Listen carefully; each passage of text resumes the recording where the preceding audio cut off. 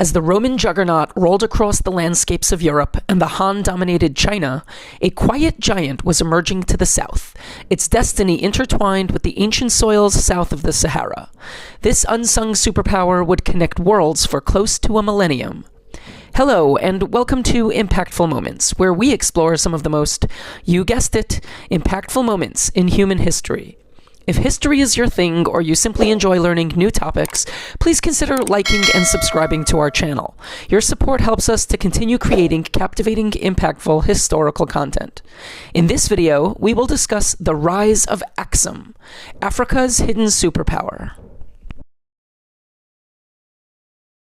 North Africa had seen long-lasting and continuous empires and superpowers within its lands, from the ancient Egyptians dating back to 3100 BCE to the Numidians until the 1st century BCE, even having external powers such as the Persians, Hellenistic Greeks, Carthaginians, and the Romans exert significant regional control throughout the antiquities.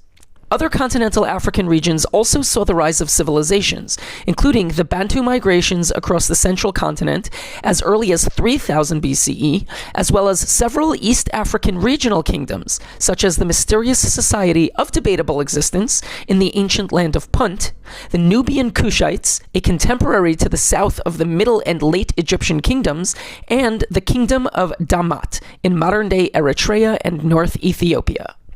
Around 500 BCE, the Damat kingdom began to fracture. While written records of this decline are scarce, archaeological findings and records from surrounding societies, such as Egypt and Kush, indicate that a once centralized polity, or united organized society, in the area reverted to individualized city-states. One of these was known as Axum.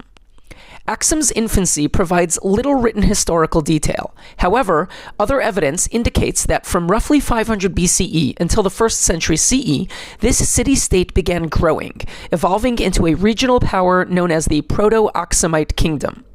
Capitalizing on its strategic location near the Red Sea, Axum began to grow in wealth and popularity as it both supplied African luxury goods such as ivory, tortoiseshell, and rhinoceros horn, among others, to Rome, and saw increased trade as maritime trade routes to India and Ceylon, modern-day Sri Lanka, through the Indian Ocean became increasingly popular. Following the first several hundred years of its growth, the first documented mention of the kingdom came in the mid-1st century CE, in the Periplus of the Erythraean Sea, a Greco-Roman trading document that acknowledged Axum, its controlled port at Adulis, as well as Zoskalis, the first named king of the burgeoning empire. Over the next 100 or so years, we begin seeing references by neighboring powers of Axum as a powerful nation, with a more defined political structure, numerous urban centers, expansion west into Africa, and minted coins, which represented the first expression of the Aksumite language, Giez.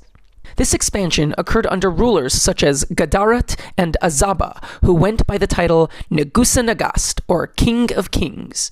As the 3rd century drew to a close, the regional superpower had spread from modern-day Somalia and Ethiopia in the south to the southern border of Roman-led Egypt in the north. The ascendancy of Axum marked a pivotal moment, establishing it as the first major Sub-Saharan kingdom in documented human history. It wasn't until the 4th century, however, that the Aksumite Empire, under the rule of King Ezana, began to exert its global influence. In the early 4th century, the kingdom encountered two Christian philosophers, Frumentius and Adasius, who were stranded in Axum following a sea voyage. Despite their initial captivity, they found favor in the king's court, were eventually freed, and played a significant role in educating the young crown prince Ezana, introducing him to Christian theology. Following the passing of the king, Ezana ascended to the throne and, influenced by his Christian mentors, led Axum to emerge as one of the earliest states to officially adopt Christianity as the state religion. Frumentius traveled to Alexandria, where he was proclaimed a bishop, and returned to Axum as the patriarch of the newly established Ethiopian Orthodox Tawahedo Church, marking one of the earliest foundations of a Christian church. Under the reign of Ezana, Axum witnessed some of its most iconic moments. The construction of monumental stelae and structures such as the towering Ezana stele, standing at 80 feet, and the renowned obelisk of Axum, some of the largest stone structures in the world at the time, showcased the grandeur of the kingdom. Additionally, Aksumite forces, led by Ezana, achieved a significant victory over the declining kingdom of Kush, putting an end to millennia of Kushite rule and establishing Axum as a true superpower in Sub-Saharan Africa. By this point, Axum had even been mentioned, along with Rome, Parthian Persia, and China, as one of the 4 major world powers. Axum continued its regional dominance over several centuries, further expanding its territory under the rule of King Caleb in the 6th century. This occurred when a minority Christian community in modern-day Yemen found itself under persecution at the hands of the Himyarite king Dehu Nuwas. Approached for aid, King Caleb of Axum intervened, taking control of the region and expanding Aksumite influence beyond the Red Sea into Arabia. This marked the zenith of Aksumite territorial expanse. This victory, however, drained the empire of resources, and would be followed by both internal and external challenges to its territories. This decline began when an Aksumite rebel, Abraha, and later his son, seized control of Yemenite Axum. While ultimately subjugating the area to the main Aksumite empire, this marked the onset of a turbulent period of conflicts. Further complications arose with the conquest of Arabian Axum by the Parthian Persian forces during the Persian-Aksumite Wars, and the subsequent rise of Islam and the Rashidun Caliphate in the 6th and 7th centuries. Meanwhile, tribes like the Zanafaj people of the Beja tribe on the African mainland began chipping away at Axum's other borders. The 7th and 8th centuries saw the loss of Axum's crucial port city of Adulis, halting the empire's status as a trade hub, followed by the movement of the capital from Axum to Kubar in the 9th century. The empire, once a formidable powerhouse, underwent a transformation by the 10th century. With its dominion shifted southward, Axum, now referred to as Ethiopia, experienced a notable decline in wealth and power. This transformation reached its climax with the conquest by a usurping queen named Judith, marking the transition from the previous rulership to the Zagwe dynasty. Aksum's ascension to power placed Sub-Saharan Africa on the global stage in a way unparalleled by earlier regional powers, like Punt or Damat.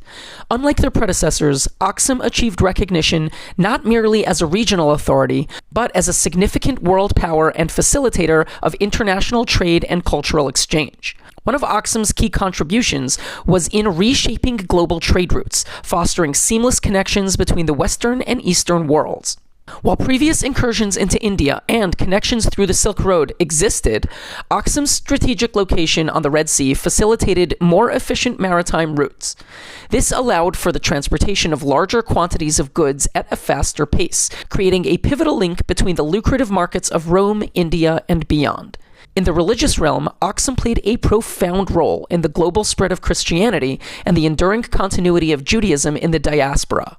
Ethiopia, under Axum's influence, became home to one of the earliest Christian churches outside of Rome or Roman-adjacent territories. This influence extended to Eritrea, where a second Christian church was established. Simultaneously, Axum became a haven for Beta Israel, a diasporic Jewish community that, along with other Ethiopian epics, claimed descent from King Solomon and the Queen of Sheba's son, Menelik. While historical debates persist over the accuracy of the lineage, Beta Israel has been a community in Ethiopia for millennia, contributing to the religious diversity in the region. Axum's enduring impact is vividly apparent in its profound contributions to religious, cultural, and political spheres, shaping Ethiopia's trajectory for centuries. As noted, Axum played a pivotal role in establishing influential communities in both Christian and Jewish circles. The Ethiopian Orthodox Tewahedo Church, rooted in the early Christian traditions fostered by Axum, currently stands as the second largest of all Orthodox churches globally, boasting over 35 million followers, surpassed only by the Russian Orthodox Church. Additionally, while not regarded as religious canon by mainstream Jews or Christians, the only extant modern translation of the Book of Enoch can be traced back to its Ge'ez roots, emphasizing Axum's linguistic and religious influence. Culturally, Axum's legacy echoes across Ethiopia, evident in magnificent obelisks, stelae, and tombs that stand as UNESCO World Heritage Sites.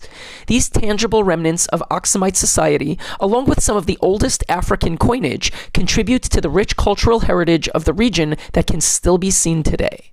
Beyond religion and culture, Aksum's reign, while often overlooked today, was, as noted, recognized by some at the time as one of the four major world powers, alongside Rome, China, and Persia. This period may have set an enduring Ethiopian precedent for self-rule. Even during the Age of Imperialism, when practically all of Africa fell under European rule, Ethiopia remained largely independent, other than a brief period of control by Italy during World War II. This remarkable resilience in maintaining sovereignty has cemented Ethiopia's status as a symbol of resistance against external domination, leaving a legacy of political autonomy. I hope you enjoyed this video and found this period in history both informative and enlightening. Please feel free to share your thoughts in the comments below, and I hope you can join us for another video. Thanks for watching.